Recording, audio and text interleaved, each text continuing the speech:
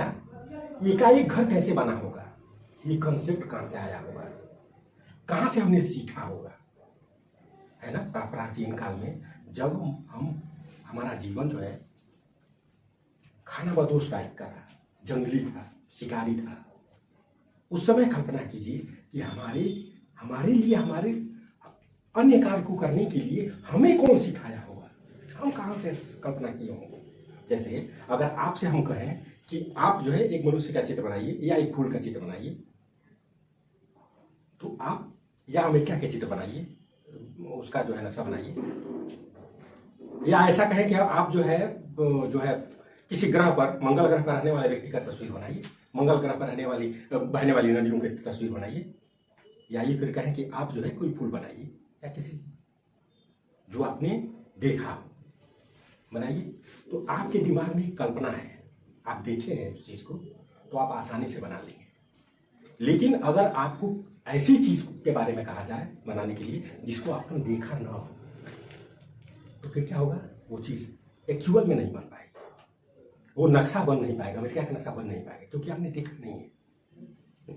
अगर आपने देखा है तो फिर आसानी से उसको आप बना ले जाएंगे, लेकिन जब आपने देखा नहीं है तो फिर उसको बनाने में आपको दिक्कत होगी। अब कल्पना कीजिए उस समय, क्योंकि हम आपको, अमेरिका आप नहीं देखे हैं लेकिन अच्छा हम आपको समझा सकते हैं, फूल का चित्र कैसा होता है वो हम आपको बता सकते हैं। लेकिन अगर यही चीज जब प्रारंभ में रहा होगा, मनुष्य के मस्तिष्क में रहा होगा, या मस्तिष्क में भी न हो, कहां से मनुष्य अपने लिए आवास निर्माण किया होगा, वो कौन सी शक्ति होगी जो हमें इतना गाइड करती आई है। उस समय शिक्षा का कार्य कौन करता था, कहां से हम सीखे, कहां से हमारे अंदर ये कंसेप्ट आया, कहां से डेवलप हुआ। ये सोचने वाली बात है ना, कि हमको कौन सिखाया। आपको सिखाने के लिए हम हैं, हमको भी किसी ने सिखाया होगा, लेकिन उन लोगों की कल्पना कीजिए जिस समय कहीं कुछ नहीं था।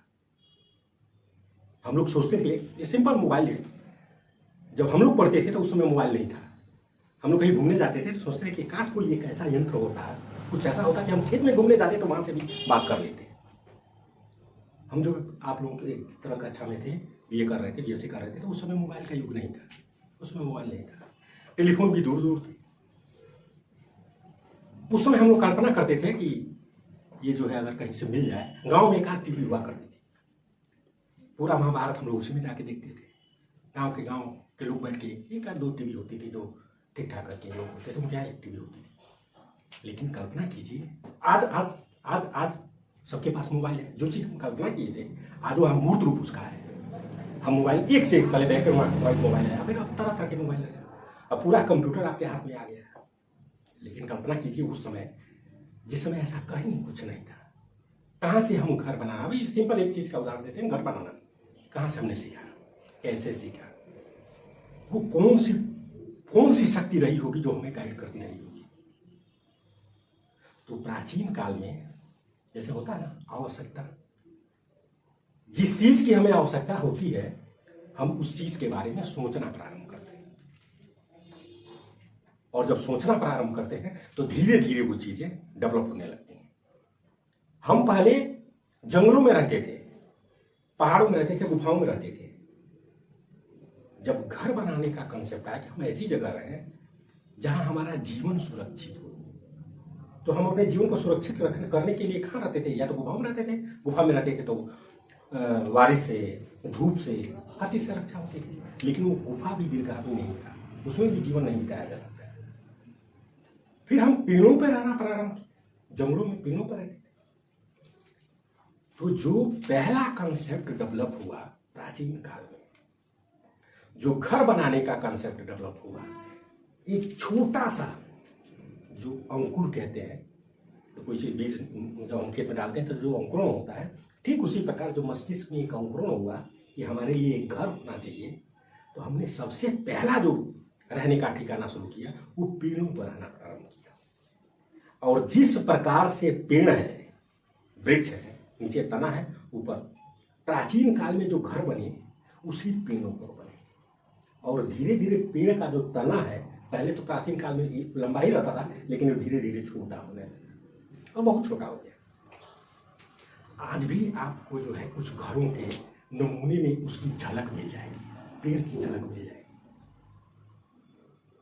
अब तो बहुत डेवलप हो गया है, बहुत तरह तरह की मकानें बन रही हैं। घर बनाने का कॉन्सेप्ट धीरे धीरे पेड़ों से प्रारंभ हुआ, गुफाओं का भी योगदान था उसमें, और धीरे धीरे ये घर जो है, हम जहाँ जंगलों में रहते थे अब धीरे धीरे मैदानी इलाकों में आने लगे। और मैदानी इलाकों में उसी पेड़ के कंसेप्ट में, जब इलाका जहाँ पेड़, जहाँ वृक्ष नहीं होते थे, वहां गुफाओं का कंसेप्ट काम करता था। मनुष्य जो है नीचे गड्ढा बना के रहता था, गड्ढे बना करके हम उसमें, लेकिन ये गड्ढा भी ये दुर्गा में इसका दूर तक ये आने वाला नहीं था, क्योंकि ये सीजन जब बदलता था, हम लोग जो है जिस माहौल में है वहाँ सभी मौसम है, जाड़ा गर्मी बरसात सब है।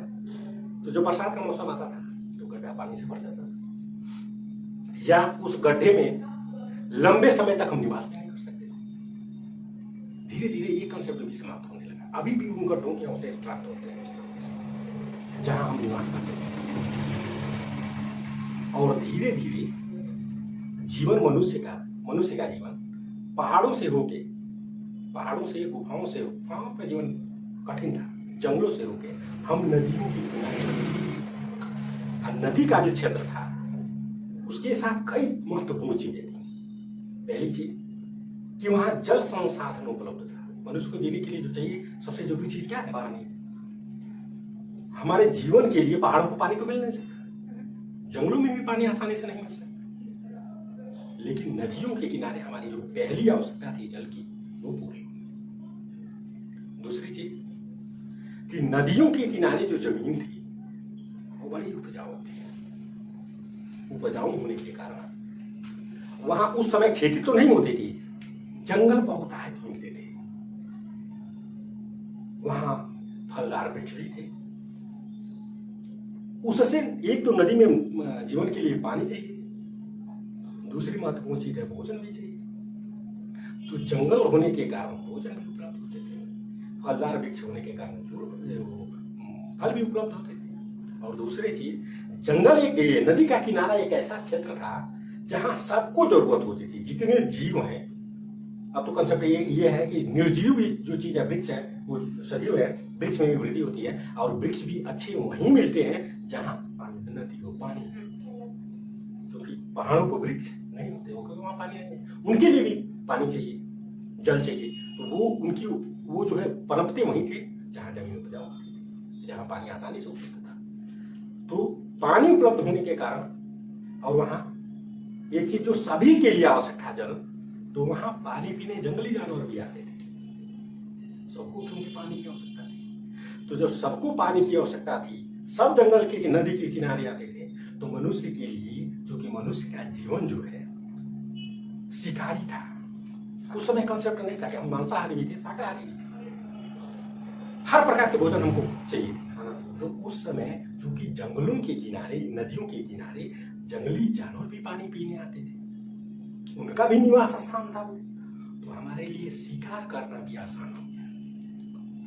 जंगल में से निकल करके जब जानवर नदी के किनारे आते थे तो हमको आसानी से उनको ढूंढना नहीं पड़ता था, मिल जाते, और वहां भी उनका शिकार होता था। तो ये जीवन धीरे धीरे, ये लाखों वर्षों का परिणाम है, जो धीरे धीरे करके क्रमशः विकसित होता गया। और प्रारंभ में जब जो कंसेप्ट है, जैसे लोगों का जो कंसेप्ट है, पहले एक एक लोग रहते थे, समूह में नहीं रहते थे। जब समूह में नहीं रहते थे तो उस समय सबसे कठिन कार्य था कि समूह न होने के कारण एक व्यक्ति शिकार करने अगर जाता था तो शिकार कर भी लेता था, कभी कभी शिकार हो भी जाता था।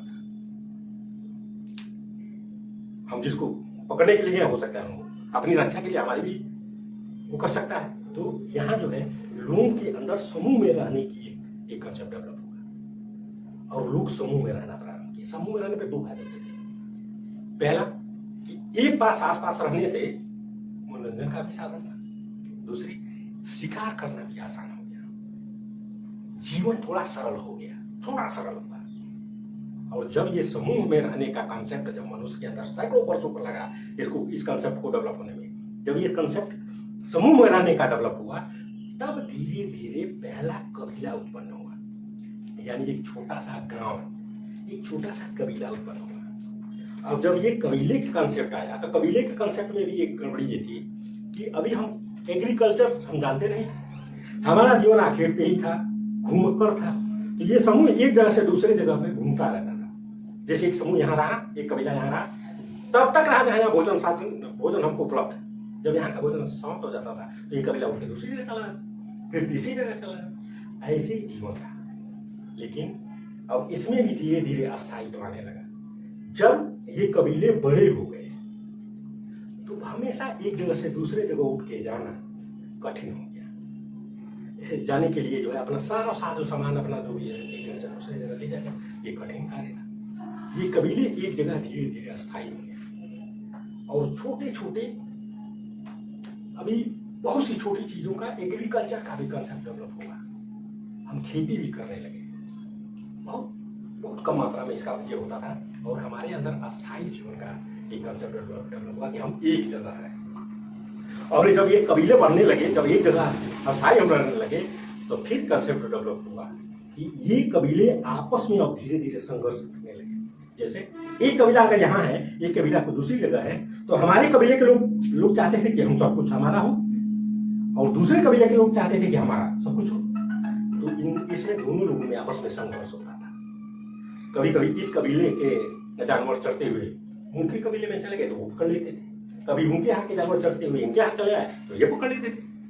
बस इन दोनों कबीलों में संघर्ष होने लगा। और यही जब कबीलों में संघर्ष होने लगा तो जो सतयुग का कंसेप्ट है ना कि पहले राम राज्य था, सतयुग था, सब कुछ कोई वहाँ सब कुछ सामान्य था।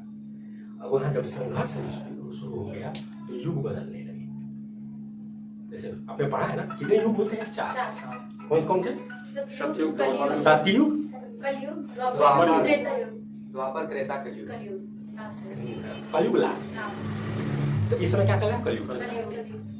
हम लोग कलयुग के नहीं, ये जो युग है धीरे धीरे कभी रामायण की इस युग में घटना हुई और कभी महाभारत की घटना। तो हाँ कबीले में वही ना भरत, गुरु, यदु। जी जी जी जी जी जी बस बस बस जो ये कबीले थे, जी जो ये कबीले थे, यही कबीले प्राचीन काल में यही नाम था।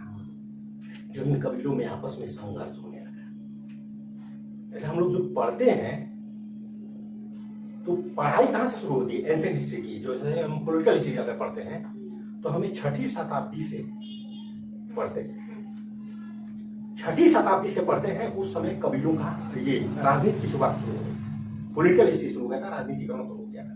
ये छठी शताब्दी ही क्यों? आज से 600 BC पहले ही क्यों? यानी इस समय का, इसके पहले क्या मनुष्य का जीवन नहीं था? लेकिन हमारे अंदर राजनीतिकरण की शुरुआत